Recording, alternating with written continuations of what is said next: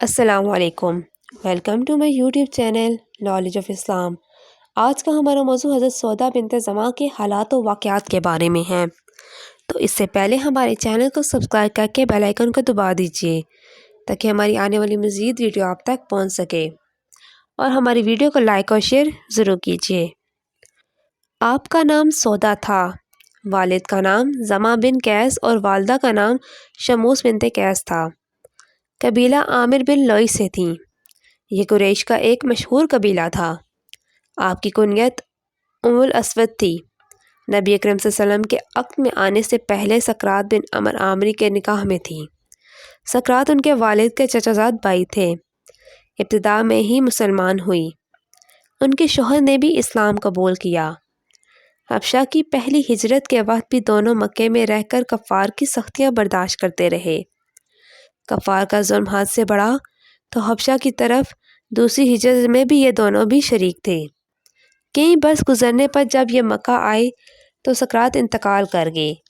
سکرات کے انتقال کے بعد رسول اللہ صلی اللہ علیہ وسلم نے ان سے نکاح فرمایا۔ سیدہ خدیجہ رضی اللہ عنہا کے بعد آپ صلی اللہ علیہ وسلم نے دوسرا نکاح انہی سے کیا، اور یہ ایسے ہوا کہ سیدہ خدیجہ کی وفات کے بعد آپ بہت غمگین تھے، اس لیے کہ وہ ہر مشکل میں آپ کی غمگسار تھیں۔ آپ صلی اللہ علیہ وسلم کی حالت دیکھ کر عثمان بن مظعون رضی اللہ عنہ کی اہلیہ سیدہ خولہ بنت حکیم رضی اللہ عنہا نے آپ کی خدمت میں حاضر ہو کر عرض کیا، اے اللہ کے رسول صلی اللہ علیہ وسلم، کہ آپ کو ایک مونس اور غمگسار ساتھی کی ضرورت ہے؟ آپ نے فرمایا ہاں۔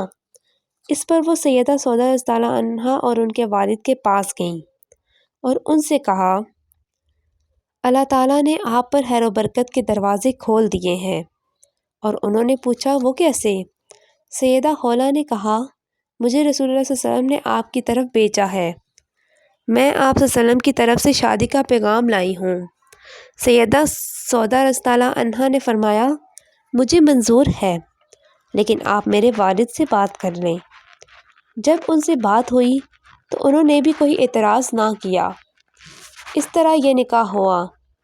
400 درہم حق مہر مقرر ہوا۔ بعض علماء نے لکھا ہے کہ سیدہ سودا سے پہلے آپ صلی اللہ علیہ وسلم نے سیدہ عائشہ رضی اللہ عنہا سے نکاح کیا تھا۔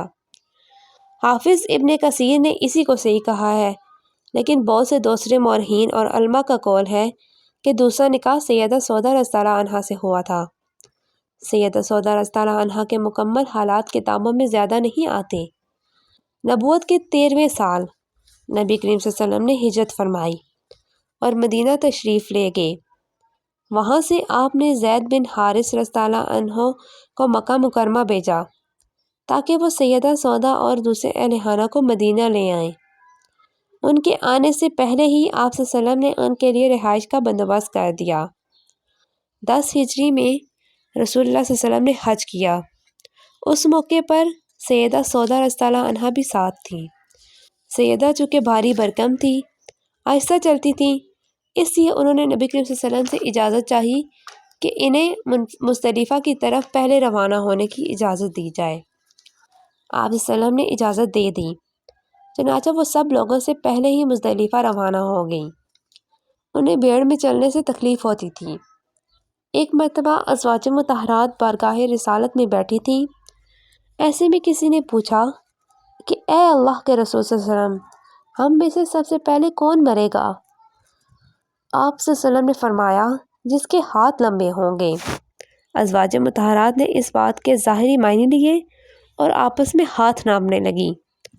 سب سے بڑا اور لمبا ہاتھ سیدہ سودا کا تھا، لیکن جب سب سے پہلے سیدہ زینب کا انتقال ہوا تو انہیں معلوم ہوا کہ ہاتھ کی لمبائی سے آپ صلی اللہ علیہ وسلم کا مقصد سخاوت اور فیاضی تھا۔ طبقات ابن سعد کی روایت کے مطابق آپ کا انتقال خلافت امیر معاویہ رضی اللہ عنہ کے دور میں ہوا۔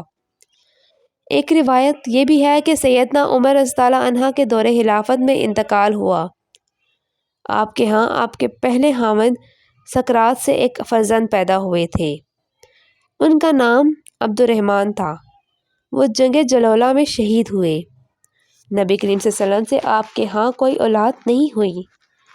وہ سب سے زیادہ دراز قد اور موٹاپے کی طرف مائل تھیں۔ کتب حدیث میں سب سے آپ سے صرف 5 احادیث روایت کی گئی ہیں، ان میں سے ایک صحیح بخاری میں بھی ہے۔ نبی کریم صلی اللہ علیہ وسلم کے اخلاق کی جیتی جاگتی تصویر تھیں، اور اطاعت اور فرمانبرداری تو ان میں کوٹ کوٹ کر بھری تھی۔ سیدنا ابو ہریرہ رضی اللہ عنہ فرماتے ہیں کہ نبی کریم صلی اللہ علیہ وسلم حج طلولہ کے موقع پر تمام ازواج مطہرات کو مخاطب کر کے فرمایا، اس حج کے بعد اپنے گھروں میں بیٹھنا۔ چنانچہ سیدہ سودا اور سیدہ زینب بنت جاش نے اس حکم کی نہایت سختی سے تعمیل کی۔ سیدہ سودا رضی اللہ عنہا نے تو اس فرمان پر اس شدت کے ساتھ عمل کیا کہ کبھی حج پر نہ گئیں، اور فرمایا کرتی کہ میں حج اور عمرہ دونوں کر چکی ہوں، اور اب رسول اللہ صلی اللہ علیہ وسلم کے حکم کے مطابق گھر سے نہ نکلوں۔ سیدہ سودا رضی اللہ عنہا حد درجے صحیح تھیں۔ اس صفت میں بھی آپ کا خاص نام ہے۔ درہم و دینار سے آپ کو کوئی محبت نہ تھی، اللہ کے راستے میں خرچ کر دیتی تھیں۔ ایک مرتبہ سیدنا عمر رضی اللہ عنہ نے سیدہ کی خدمت میں درہموں کی بھری ایک تھیلی بھیجی۔ لانے والوں سے پوچھا، اس میں کیا ہے؟ انہوں نے بتایا، درہم ہے۔ فرمایا، کھجوروں کی طرح اب درہم بھی تھیلی میں بیچے جانے لگے ہیں؟ یہ کہہ کر تمام کے تمام تقسیم کر دیے۔ آپ نے نبی صلی اللہ علیہ وسلم سے الگ ہونے کے خوف سے اپنی باری عائشہ صدیقہ رضی اللہ عنہا کو دے دی۔ رسول اللہ صلی اللہ علیہ وسلم نے ان کی اس بات کو منظور فرما لیا، اور اگر کسی عورت کو اپنے خاوند کی طرف سے زیادتی یا بے رغبتی کا اندیشہ ہو تو میاں بیوی پر کچھ گناہ نہیں کہ آپس میں کسی چیز پر صلح کر لیں، اور صلح بہتر چیز ہے۔